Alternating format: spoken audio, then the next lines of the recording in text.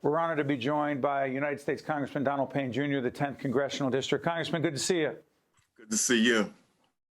This is part of a special series we're doing that honors African-American leaders, not only in the state of New Jersey, but across the nation, some of whom are still with us. Some are gone but not forgotten, if you will. And one of them, and I said this to the congressman in a previous interview, at the top of that list is his dad, his late father, United States Congressman Donald Payne. I'm going to get this right. Donald Payne Sr., the first African-American to represent the state of New Jersey in the United States Congress. Correct, Congressman?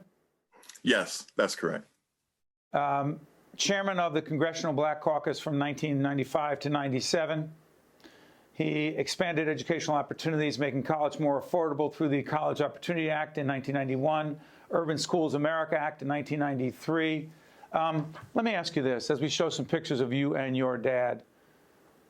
Why, first of all, he replaced an icon in the United States Congressman Peter W. Rodino, who chaired the Watergate impeachment proceedings against disgraced President Richard Nixon. Your dad becoming a member of Congress in New Jersey, so important for so many reasons. What did it mean to you, Congressman? Well, Steve, it was quite an accomplishment for a man that had worked so hard for people all of his life. You mentioned that he was the first African-American congressman from the state of New Jersey. He was also the first African-American to preside over the presidency of the YMCAs of the Americas.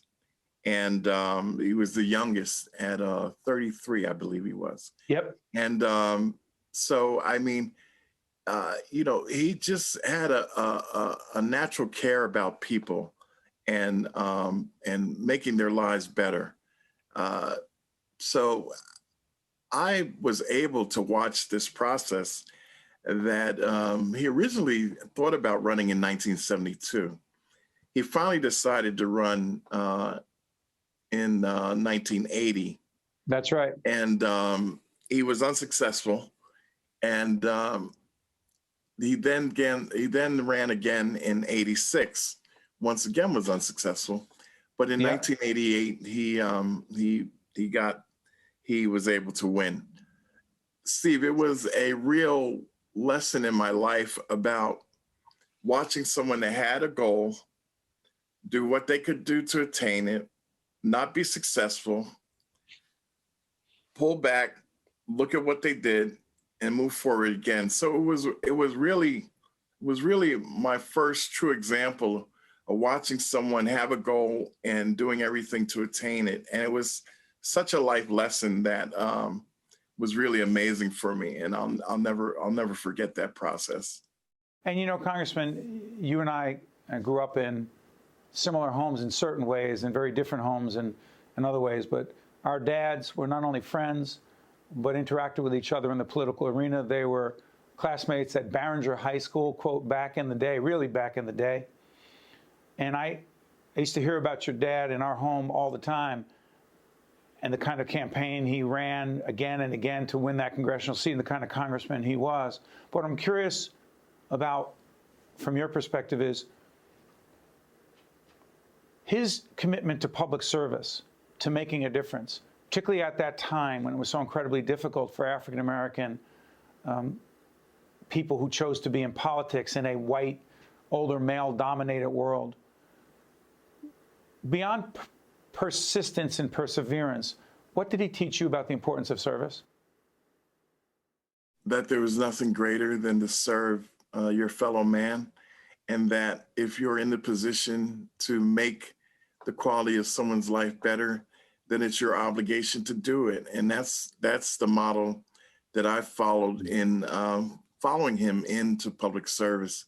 He was such a great role model, Steve, that why wouldn't I want to try to be like him and do the things that I saw him do?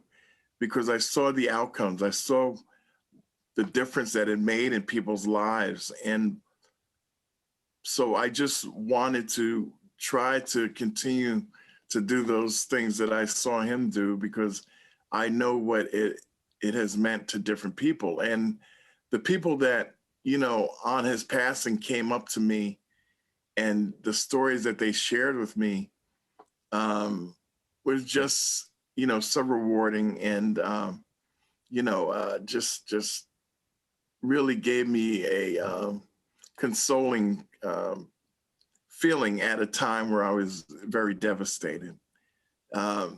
During that time, Steve, when he passed, you naturally receive condolence letters from, dignitaries and people all over the world for him because of his work. I got a letter from the president of South Sudan. And he was very involved in Africa, very involved in that region, very much so. And it really epitomized, for me in a nutshell, the work that he had done and what he meant to people. You got the normal, my apologies, sorry to say. And then his PS was, if it was not for your father, my country would not exist. And that really kind of wrapped it up in a nutshell for me. Congressman Donald Payne, Sr., a giant in Congress, in New Jersey, and the nation. I want to thank you so much, Congressman, not just for your service, but also sharing your perspective on your father and the great impact he's had on so many. Thank you, Congressman. Thank you. I'm Steve Adubato. We thank you so much for watching. We'll see you next time.